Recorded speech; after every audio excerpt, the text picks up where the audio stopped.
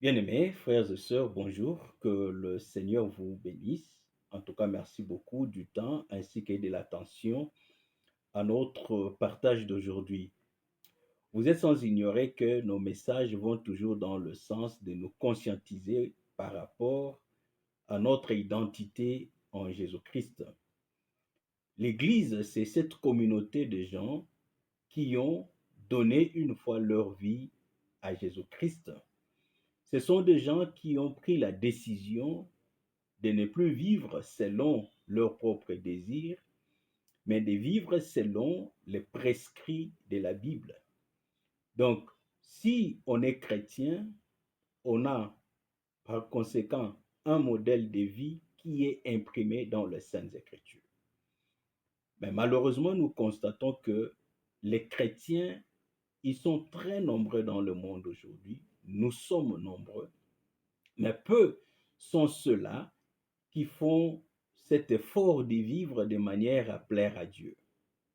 Nous sommes beaucoup plus dans des sensations, nous aimons des choses qui plaisent à l'oreille, nous sommes dans des mouvements, des chansons, des danses, des cris de temps en temps, beaucoup de mouvements, mais notre vie, malheureusement, ne reflète pas l'image de Jésus-Christ. Voilà pourquoi ici nous exhortons les enfants de Dieu à prendre conscience de leur vie, la vie chrétienne bien sûr, parce que la vie chrétienne, c'est cette vie qui doit se vivre au quotidien. Ce n'est pas quelque chose de théorique. Nous, enfants de Dieu, nous devons prouver que nous appartenons à Dieu par notre comportement, notre façon de faire. Malheureusement, aujourd'hui, nous avons comme l'impression que beaucoup d'enfants de Dieu ne mettent l'accent que sur les cultes. Voyez, si ils vont régulièrement aux différents cultes de l'Église pendant la semaine ou le week-end, ils pensent qu'ils sont enfants de Dieu. Donc pour eux, la seule façon de témoigner leur appartenance à Jésus-Christ, c'est d'être réguliers dans nos cultes et aussi faire partie des différents groupes de l'Église, participer aux différentes activités de l'Église. Mais nous nous disons non, ce n'est pas ça être chrétien. C'est vrai, l'idée ici, ce n'est pas de décourager les gens de ne plus aller dans les rassemblements de l'Église, loin s'en faut. Mais nous devons devenir de plus en plus conscients de ce que c'est la vie chrétienne.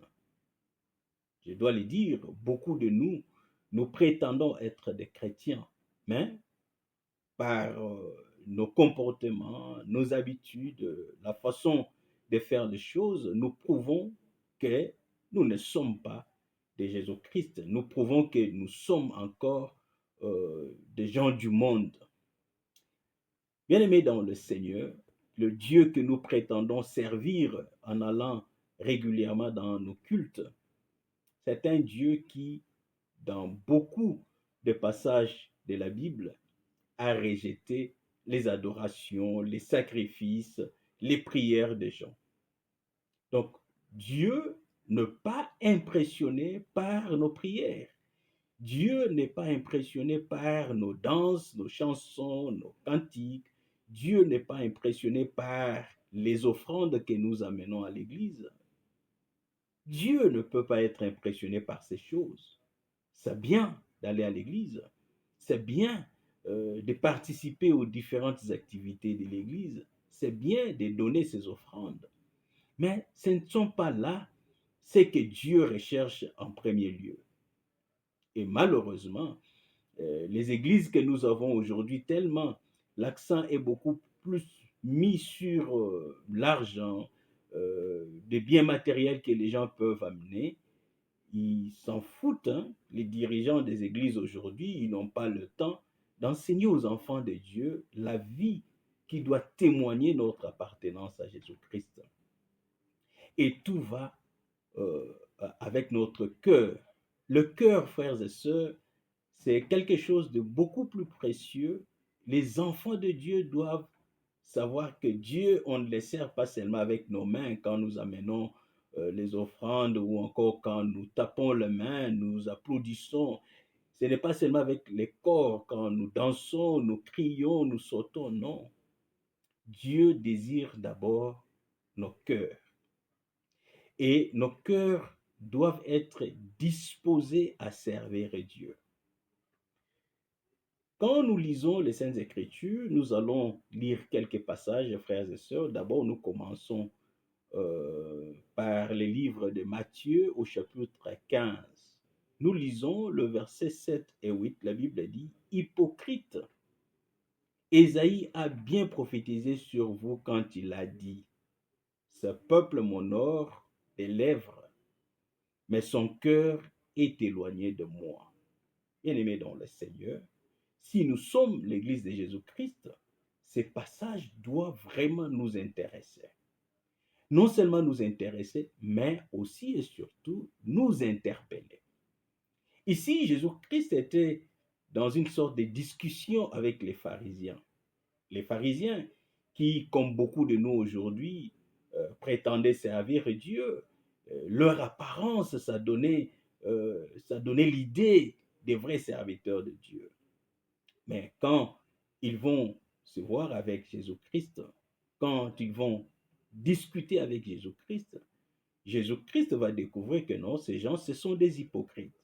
C'est-à-dire que leur apparence extérieure ne témoigne en rien ou encore n'est pas cohérente avec ce qu'ils sont réellement de l'intérieur. Par conséquent, ils étaient des hypocrites. Bien-aimés dans le Seigneur, beaucoup de nous aujourd'hui chrétiens, nous sommes des hypocrites. Nous aimons aller dans nos rassemblements de l'Église. Nous aimons chanter, danser, crier, sauter, faire des mouvements, prêcher, prophétiser, parler en langue. Tout ça, nous aimons bien.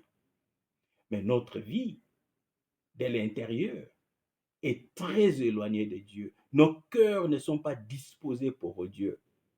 Nous ne faisons que tromper les gens qui sont autour de nous. Comment est-ce que nous nous comportons quand nous sommes, par exemple, au travail? Quel est le témoignage que les gens ont de nous dans notre milieu de travail, ou peut-être à l'université, là où nous étudions, à l'école, ou quand nous sommes en voyage? Qu'est-ce que les gens ont comme impression de nous? Nous nous trompons souvent quand nous nous rencontrons dans l'église, mais rien de ce que nous faisons, frères et sœurs, n'impressionne Dieu. Dieu désire voir nos cœurs lavés et purifiés. Et un cœur qui est lavé et purifié, c'est ce cœur-là qui est disposé pour servir Dieu. Ne mettons jamais notre service avant notre pureté du cœur. Aujourd'hui, on est important dans la société ou encore important au milieu des enfants de Dieu par rapport au service que nous rendons. Bien-aimés dans le Seigneur, les services peuvent bien impressionner les gens. Voilà pourquoi les gens peuvent nous acclamer, peuvent nous admirer, peuvent dire beaucoup de choses de bien nous concernant. Voilà pourquoi nous pouvons aussi facilement trouver l'approbation des gens. Mais la question que nous devons nous poser, est-ce que Dieu nous approuve aussi autant que les hommes autour de nous? Est-ce que Dieu accepte nos services? Est-ce que Dieu accepte notre prédication? Est-ce que Dieu accepte nos cantiques, nos chansons, nos danses, nos cris, nos mouvements, nos activités à l'église? Est-ce que Dieu les accepte-t-il? C'est ça la grande question qu'un enfant de Dieu doit se poser. Si nous nous posons cette question régulièrement, frères et sœurs, nous n'allons plus nous tromper avec tous les mouvements que nous faisons dans l'église.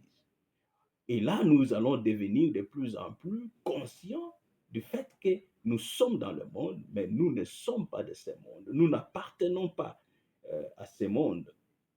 Nous sommes des citoyens du ciel. Par conséquent, notre comportement doit être l'image de ce que Dieu veut de nous.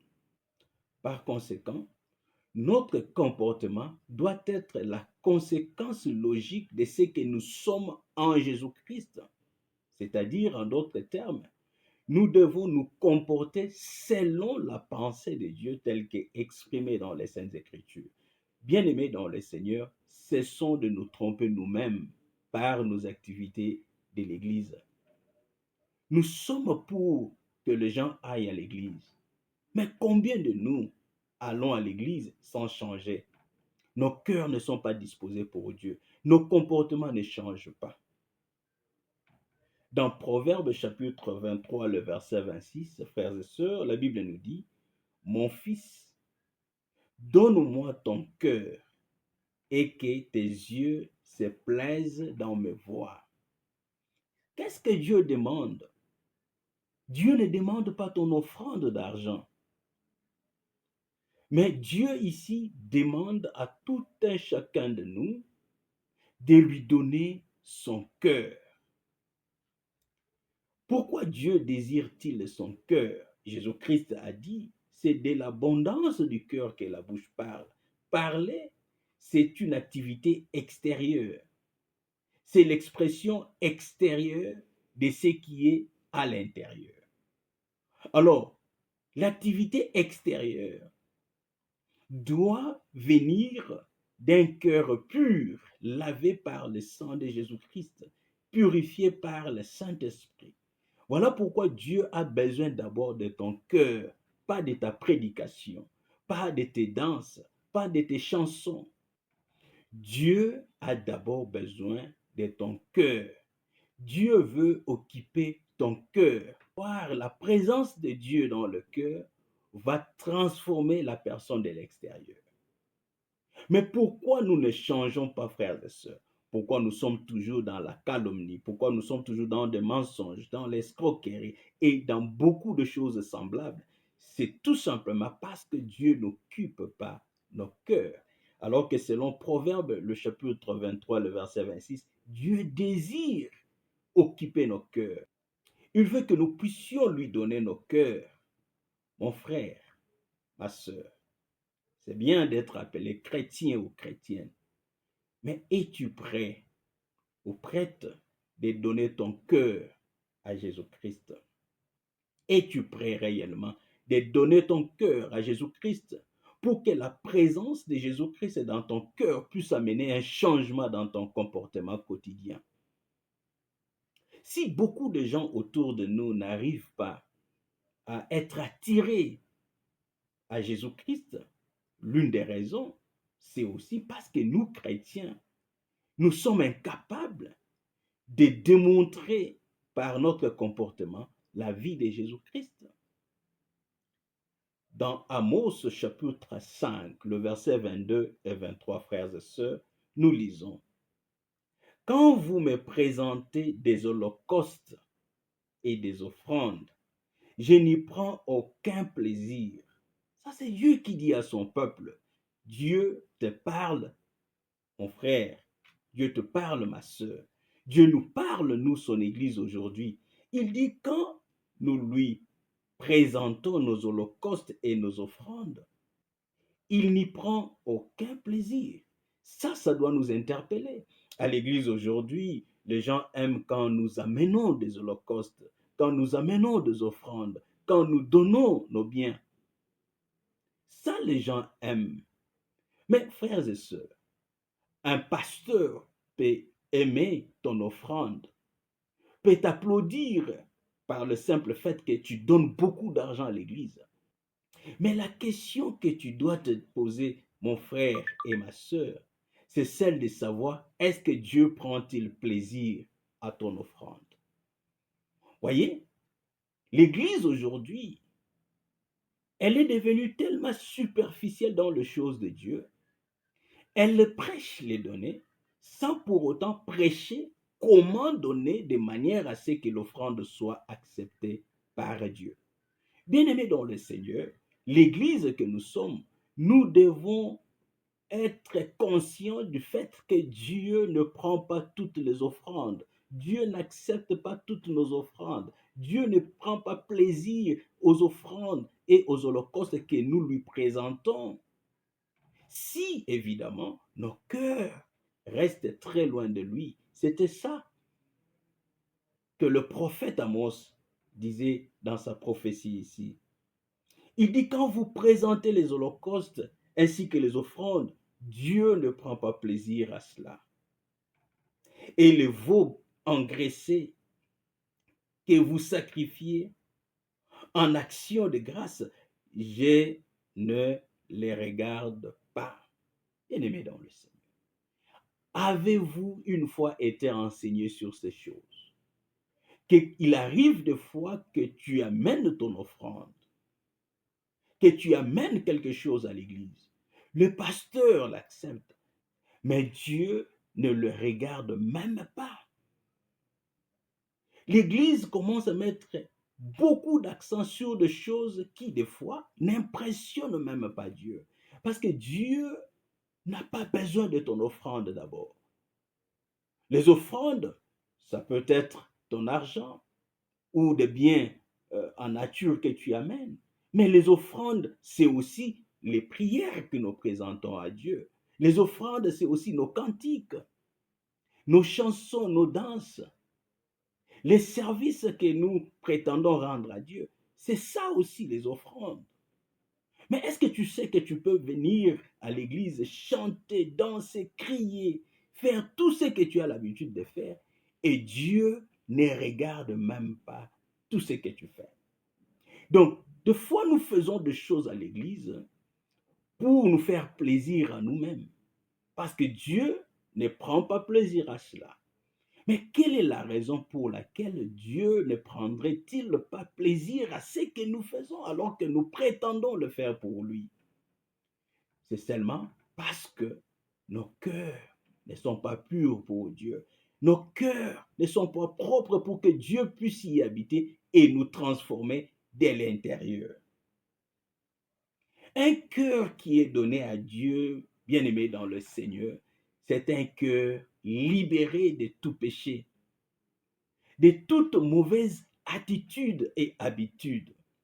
Vous savez, dans Psaume 51, David, après avoir péché avec la femme d'Uri, vous connaissez l'histoire, il a tué cet homme innocent pour prendre sa femme et sortir avec elle.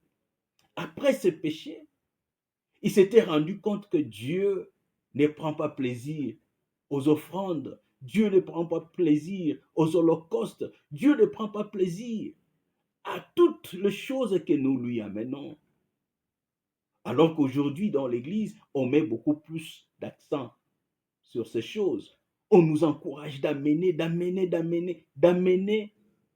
aussi beaucoup que possible. Mais David avait compris. Il dit dans Psaume 51, il dit, Seigneur, si tu eusses voulu les offrandes, les holocaustes, je t'en aurais offert. Mais il a compris, il dit, mais ce que toi tu désires, c'est un cœur brisé. Bien-aimés dans le Seigneur, nous voulons parler de ces cœurs brisés, ces cœurs qui est prêt pour le Seigneur.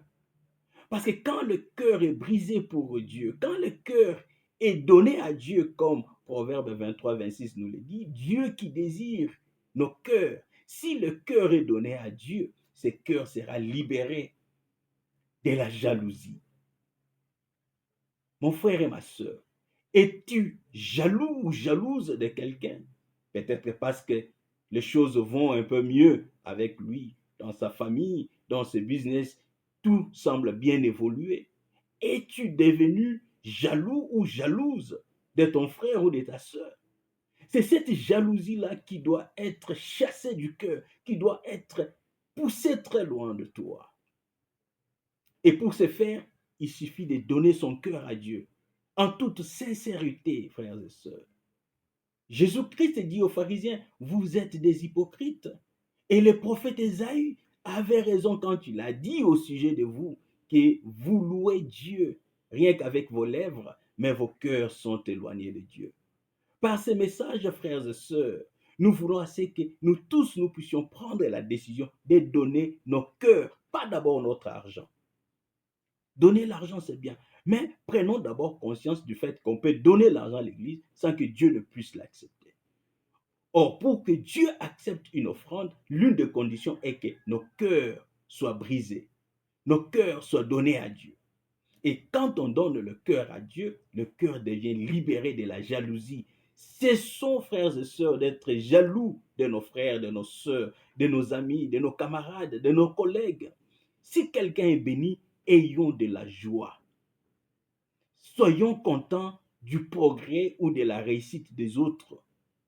Ne soyons pas jaloux les uns des autres. Quand un cœur est donné à Dieu, ce cœur est libéré de la haine. Pourquoi as-tu de la haine? Dieu avait constaté cela avec Caïn. À cause de la haine, il avait tué son frère. Bien-aimés dans le Seigneur, aujourd'hui nous tuons nos frères, nos sœurs, nos amis, nos collègues de plusieurs façons. Peut-être pas seulement avec le couteau ou avec une arme à feu, mais nous tuons chaque jour parce que nos cœurs sont fermés, parce que nous avons de la haine. À cause de la haine, nous ne voulons plus le progrès des autres, nous ne voulons plus la réussite des autres. Pourquoi haïssons-nous nos frères ainsi que nos sœurs? Pourquoi les gens arrivent même à mettre du poison dans le verre de leurs frères, de leurs sœurs, de leurs amis, de leurs collègues? C'est à cause de la jalousie, c'est à cause de la haine. Et cette haine ne peut quitter ton cœur que si tu décides aujourd'hui, mon frère et ma sœur, de donner ton cœur à Dieu. Pas d'abord ton argent. Nous insistons, nous martelons là-dessus, parce que l'Église, la vie chrétienne, c'est quelque chose de pratique. Ce ne sont pas des cantiques, des chansons, des mouvements, des cris inutiles que nous faisons à l'Église. C'est quelque chose de pratique. C'est une vie qui doit honorer Dieu. Non seulement quand nous nous rassemblons comme Église, mais aussi partout dans la société où nous vivons. Nous devons montrer aux gens autour de nous que nous appartenons à Dieu. Et si nous appartenons à Dieu, Dieu doit habiter ce cœur. Et si ce cœur est habité par Dieu, il n'y aura plus de la jalousie, il n'y aura plus de place pour la haine. Un cœur qui est donné à Dieu est libéré de la rancune. Il y a des gens qui sont rancuniers, mais ils vont régulièrement à l'église. Mon frère, ma soeur, pourquoi es-tu rancunier? Il y a des gens qui ont été bénéficiaires de beaucoup de choses de la part de leurs amis, de leurs frères, de leur famille. Les gens les ont assistés de plusieurs façons, matériellement, financièrement, même par des conseils. Mais peut-être parce qu'ils ont été reprochés pour une petite chose. Ils ont oublié tout ce qu'ils ont bénéficié de la part de ces gens. Ils ont préféré garder la rancune contre ces gens. Ils ont développé de la haine, de la jalousie dans leurs propos. Ils ne sont qu'en train de méditer de mauvaises choses pour des gens qui autrefois les avaient assistés dans beaucoup de choses. Et peut-être que d'une manière ou d'une autre, continuent à les assister. Ça, ce n'est pas être chrétien. Être chrétien, nous insistons, frères et sœurs, ce n'est pas seulement le fait d'aller à l'église. C'est le cœur qui est libéré de toutes ces choses négatives pour recevoir Jésus-Christ qui est notre Dieu. Lui qui nous transforme de l'intérieur. Et cela va se faire voir dans notre visage. Cela se fera dans notre comportement. Un cœur qui est donné à Dieu, frères et sœurs, c'est un cœur qui est libéré de l'amertume. Beaucoup d'enfants de Dieu aujourd'hui, même s'ils passent beaucoup de temps dans des prières, dans des jeûnes, dans des chansons, mais ils n'ont pas la joie sur leur visage, tout simplement parce qu'il y a de l'amertume dans le cœur. Bien-aimés dans le Seigneur, libérons-nous de ces choses. Même s'il y a des gens qui nous ont fait du mal, s'il y a des gens qui, pour une telle ou telle autre raison, ils nous ont déçus par leur comportement, mais libérons nos cœurs. Ne développons pas la haine, la jalousie, la rancune, l'amertume. Cela ne nous rend pas service. Cela va nous priver de la joie qui doit rayonner sur notre visage. Voilà pourquoi nous ne savons plus même nous ouvrir aux autres, parce que nous sommes enfermés en nous-mêmes à cause de ces maux, à cause de la jalousie, de la haine, de la rancune, à cause de l'amertume. Un cœur qui est donné à Dieu, c'est un cœur qui est libéré de la colère. Es-tu régulièrement en colère? Pour quelle raison? même si on t'a fait du mal. Mais pourquoi garder la chose aussi longtemps possible? Libère ton cœur. Ne garde pas une dent contre ton frère. Peut-être la personne qui t'a fait du mal, elle est déjà partie. Elle a même oublié qu'elle t'avait offensé d'une manière ou d'une autre. Mais toi, tu restes souffrir avec la colère. Tu t'enfermes dans cette prison de la colère. Et la colère qui t'enferme, c'est aussi une porte ouverte pour que le démon vienne t'habiter et t'enfoncer davantage dans la solitude. Nous parlons de la vie chrétienne, quelque chose qui doit se vivre au quotidien, quelque chose de pratique, pas des théories du genre Alléluia, Amen, oh Yamba, oh Simba, oh Nazomonaboy. Ce sont ces histoires-là. Ça nous distrait, frères et sœurs. Revenons à l'essentiel. L'essentiel est que nos cœurs soient donnés à Dieu. Proverbe chapitre 23, le verset 26. Un cœur qui est donné à Dieu, c'est un cœur qui n'a pas d'hypocrisie. Il n'y a pas de calomnie. Il n'y a pas d'accusation injuste. Il y a beaucoup d'enfants de Dieu.